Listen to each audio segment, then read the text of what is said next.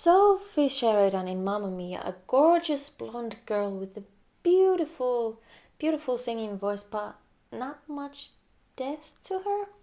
Let's discuss.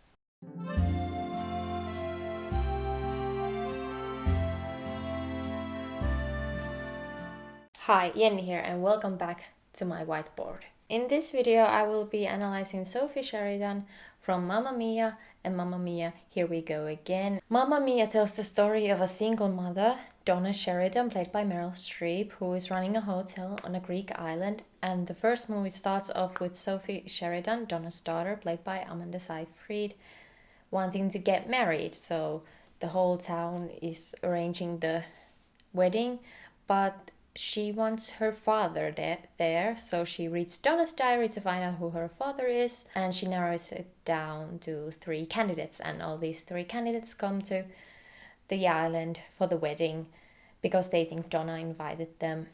And all of this is happening to the great music of ABBA. In Mamma Mia 2, spoilers, Donna has passed away, but in this movie we get to see her as a young recent university graduate discovering the island of Kalakairi and how she ended up there and how she became pregnant with Sophie, all the whilst in the modern day Donna has sadly passed away and Sophie is trying to reopen the hotel that Donna ran. So Mamma Mia, the first movie, was released in 2008, but the original musical that it's based on opened in West End, London in 1999.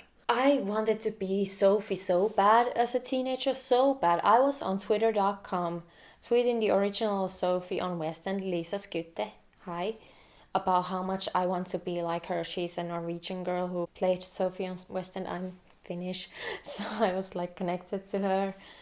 I love these movies so much. I have watched both of them several times. I grew up on listening to ABBA's music all the time playing in my house. I feel like I'm very warranted to make this video. My argument in this video is that Sophie is kind of an empty character, and in this video I will kind of discuss why is that so, but I want to emphasize all of this is for fun. I'm just here for the enjoyment of it because I love these movies so much and I love Sophie as well.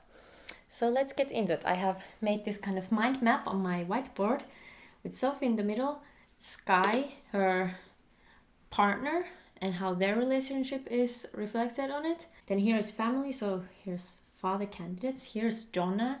It's in big because it goes under family, but Donna is Donna. And then there's Grandma Ruby, aka Cher. And then kind of these are the biggest parts that we are represented of Sophie's life. So how these then come up to her personality and what parts of her personality are we shown in the films. Okay, let's get to it. I think since the whole premise of the movie is that Sophie is trying to find her father, we should start with family part. So Donna is a feisty single mother running a hotel, and Sophie and Donna have a very close bond as a single mother and her only daughter. So I guess I would add here as feisty, a single mother. And one of the big parts of the movie is that Donna doesn't agree with Sophie getting married at 20 to Sky. So while she doesn't agree with the wedding, she's still arranging everything because she wants to do good for her daughter, because Sophie tells her that this is what she wants to do.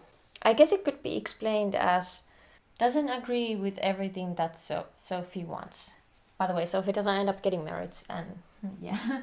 Obviously in Mamma Mia 2 we get to see the background of Donna and how she were as a young person, but since this video is about Sophie, I will mostly focus on the mother-daughter bond they had in the first movie.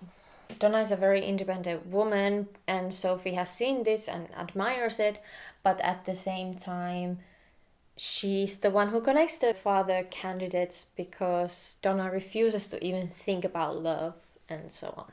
They are a sweet duo, yes.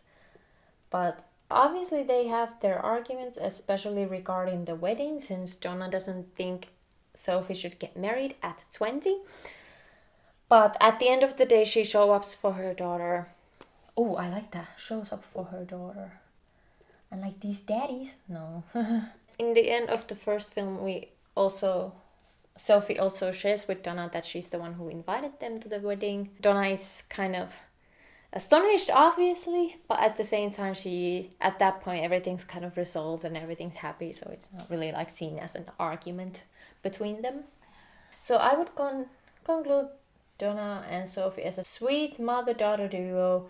Donna shows up for her daughter. She's independent and feisty and doesn't always agree with Sophie, but that's kind of the mother example that Sophie needs. Then in the second movie, it's heavily about Sophie wanting to honor her mother's memory. So much so that it's kind of all that she talks about in the film. I'll talk more about it in personality.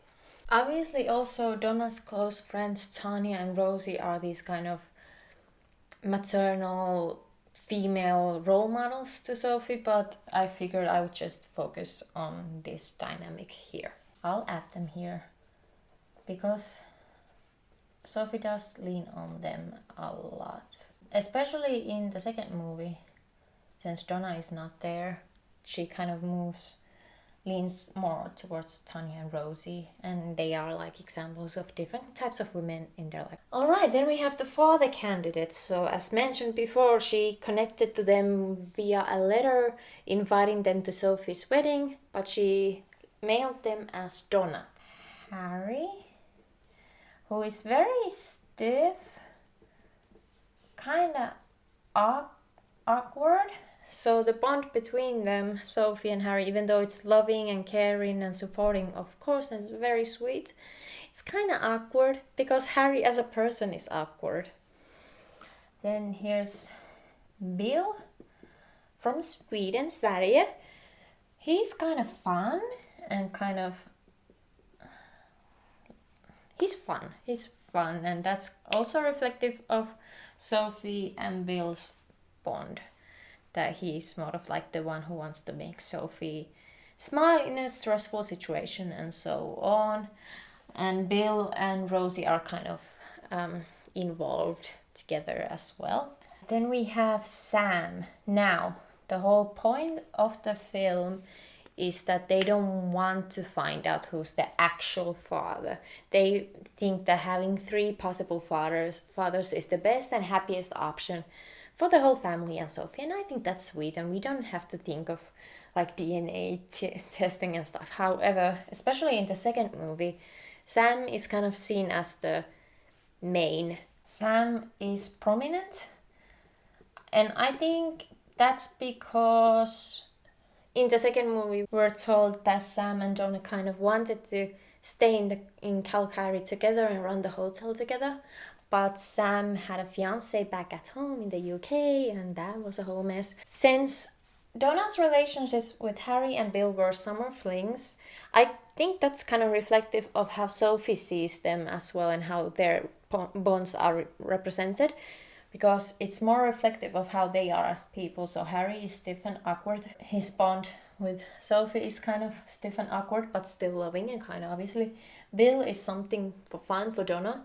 So between Bill and Sophie, the father-daughter relationship is more about like fun. And then with Sam, it's more prominent, especially in the second movie, because in the end of the first film, Donna and Sam get married. And then in the second film, it's Sam helping out Sophie to reopen the hotel in honor of Donna's memory. So here's Sam. I would put him as main father figure and strong, and he even shares some of his past mistakes with Donna to kind of show her another side of him, that he's not just the perfect father figure for Sophie and so on. I feel like with all of these different types of relationships she has with these father figures, you get a very balanced one father out of them for Sophie. That it's not just on one person to be the perfect father figure. They all have their own roles with Sophie. Then I put Grandma Ruby here. She's played by Cher. I'll just put selfish. because she is. In the end of the second movie, which is, by the way, in which she appears in, she says that she will be a better grandmother, which, nice. But prior to that, there had been no contact between them, basically, so. Then I want to go into Sky. So in the first movie, the plot is about Sky and Sophie getting married. But Sky doesn't want to get married. It's all because Sophie wants to. So I feel like that's a very faulty reason to get married. One of them doesn't even want to get married. So doesn't want to marry? Because he wants to see the world. He wants to live their youth, which is understandable. But if this is how you view it, maybe you should have a discussion about it with your partner, that maybe we shouldn't go through with the wedding since he's not too sure about it, and not just do what she wants, Well, they eventually do not get married, and then they go off to travel the world. So I guess that's it, really. Sophie doesn't tell Sky about these father candidates coming to Kalakairi. And he's upset because these are the types of things that you should have to share with your partner, especially if you're marrying them. So there are communication issues. And these communication issues continue in the second movie when Sky's visiting New York for like a hotel conference. And he likes being in NYC and thinks that maybe it's time for them to leave the Greek island and live in New York instead. And obviously Sophie doesn't want that. She wants to stay. Now, how is this resolved? How do you think? In song. So while there is this conflict between them in the second movie, between Sophie and Sky, about Sky wanted to move to New York and Sophie wanted to stay in Kalakairi, it's not really resolved other than Sky coming to Kalakairi and saying, I was wrong, I want to be here with you. And it's cute, it's sweet, but it's a musical. I really shouldn't be thinking this deeply, but basically, like, you should have a discussion, pros and cons, and why you feel that way and why she feels the way she does. Like, come on, something. They end up having a kid together named Dawn after Donna. Separate points should be lay all your love for me. One of my favorite moments in the movie, Lay All Your Love for Me, in the first one. Great scene. So Sky and Sophie, they have a cute little relationship. I mean, obviously in the second one they are more of like in a relationship, but they are also business partners. They have communication issues and they are not really resolved other than that, we love each other. And I think the fact that Sky didn't want to get married in the first film, but only did it because Sophie wanted it to, that's such a weird plot to have. And obviously I didn't get married in the end, but I'm thinking too much. Alright, now that we have the main parts of Sophie's life, Sky, family, Donna, fathers, what can we say about her personality? Well, she's very bubbly, sweet, and she is determined. She is very determined. I mean, in the first film, she's very determined to find her father. And in the second film, she is very determined to open the hotel again. But the thing is, was being a hotelier and living on the Greek line, was it her dream or Donna's? Think about that. Because when we come to the end of the first film, Sky and Sophie are leaving to travel the world together. And then in the second one, we have Sophie opening the hotel in honor of Donna. And we aren't really shown what Sophie learned in all those years of traveling, and if this was actually what she chose for herself to do. I mean, if she's interested in it, I mean, she watched her mother do it her whole life, maybe she was inspired, but we're not really shown it on the film, if it's really what she wants to do. Now, in the second film especially, her mother is her whole life, basically. And her mom is Donna the Sheridan, of course I understand it. And that bond is so important and beautiful, but she's allowed to have other interests too than just honoring her mother's memory, And when she finds out that she's pregnant with a baby, instead of thinking oh my god, me and Sky will be a family, her first initial thought is that I am in the same situation as Donna was, except I'm not alone, I have Sky. So like, you can be happy about being pregnant without making it about your mother, but then again, having that mother-daughter bond was really important to her. In the first film, she had two friends. Emphasis on had, because we don't see them in the second film. They're not really there to be like a friend group, but rather kind of just emphasize Sophie's thoughts and feelings, especially regarding finding her dad and getting married. As we learned from the relationship with Sky, she doesn't really handle conflict well, which should be noted.